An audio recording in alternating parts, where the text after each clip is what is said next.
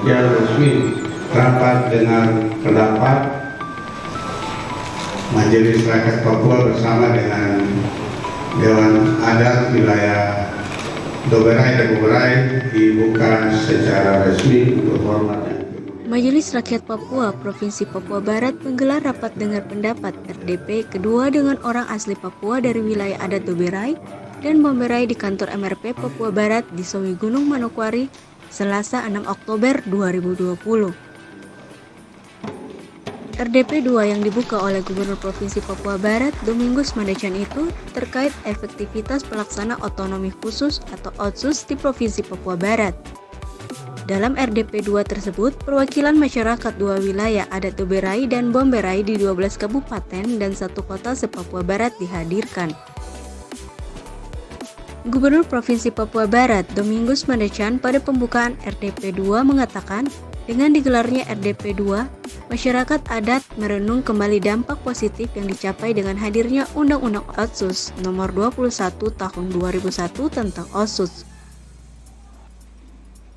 Gubernur menyebut muncul berbagai pendapat dan pandangan dari masyarakat bahwa pelaksanaan OTSUS selama ini tidak berjalan efektif, sehingga perlu dibuktikan melalui hasil evaluasi baik dari pemerintah maupun masyarakat guna melihat sejauh mana keberhasilan dan kegagalan terhadap pelaksanaan Undang-Undang OTSUS di tanah Papua secara khusus di Provinsi Papua Barat. Di sisi lain, pemerintah daerah, provinsi dan kabupaten kota menyadari bahwa Undang-Undang Nomor 21 Tahun 2001 tentang OTSUS sejak diberlakukan di tanah Papua memang belum dapat dievaluasi perkembangannya, sehingga masyarakat Papua menyatakan bahwa implementasi undang-undang tersebut gagal. Melalui kegiatan ini kita bersama-sama merenungkan kembali apa dampak positif yang dicapai dengan hadirnya Undang-Undang OTSUS tersebut di tanah Papua sejak tahun 2001, sehingga sekarang secara kasat mata bahwa dampak positif yang dicapai atau dirasakan langsung oleh masyarakat Papua cukup menjanjikan. Misalnya peningkatan kesejahteraan masyarakat melalui bidang pendidikan, kesehatan, pemberdayaan ekonomi masyarakat, infrastruktur, dan ini sebagai wujud positif yang dicapai.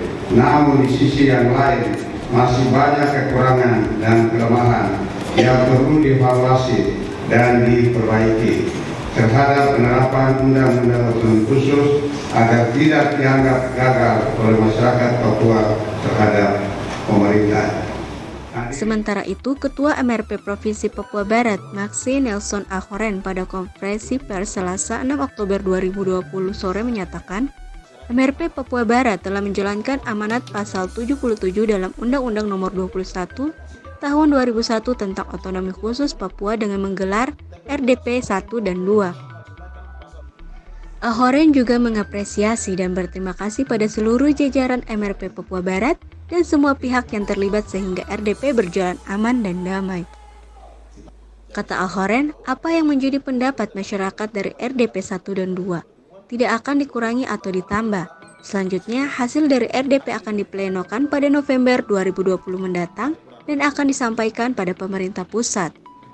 Secara keseluruhan, pada RDP 1 dan 2, Ahoren menyimpulkan bahwa perwakilan masyarakat adat yang terdiri dari komponen organisasi masyarakat sipil, keagamaan, dan akademisi orang asli Papua menyatakan menolak OTSUS Jilid 2.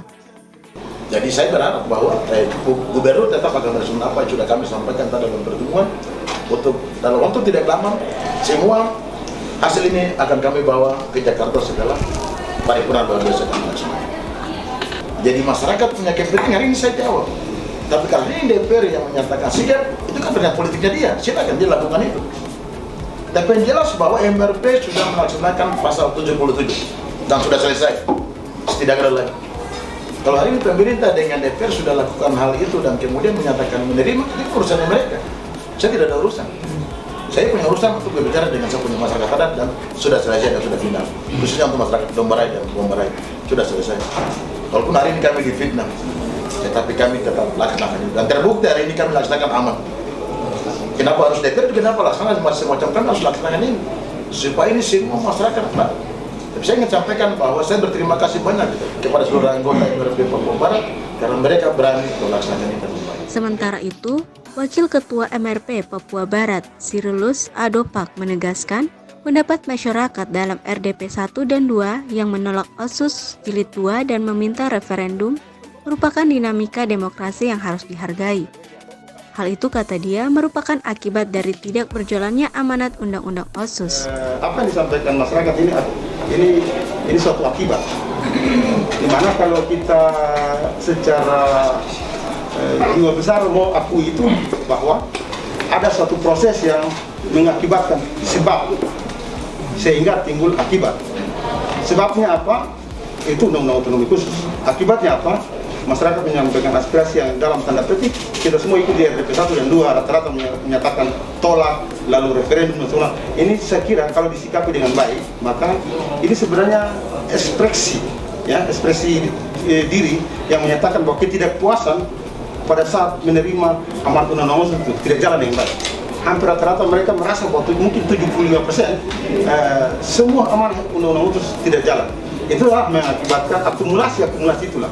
Jadi mungkin RDP ini kami berharap pemerintah pusat melihat MRP ini sebagai suatu jembatan emas, di mana mampu menampung aspirasi itu lalu menyerahkan kepada pemerintah dengan dasar aspirasi yang MRP berikan. Itu pemerintah berhasil dengan dasar itu mengeluarkan satu kebijakan-kebijakan yang akhirnya akan menjawab itu semua.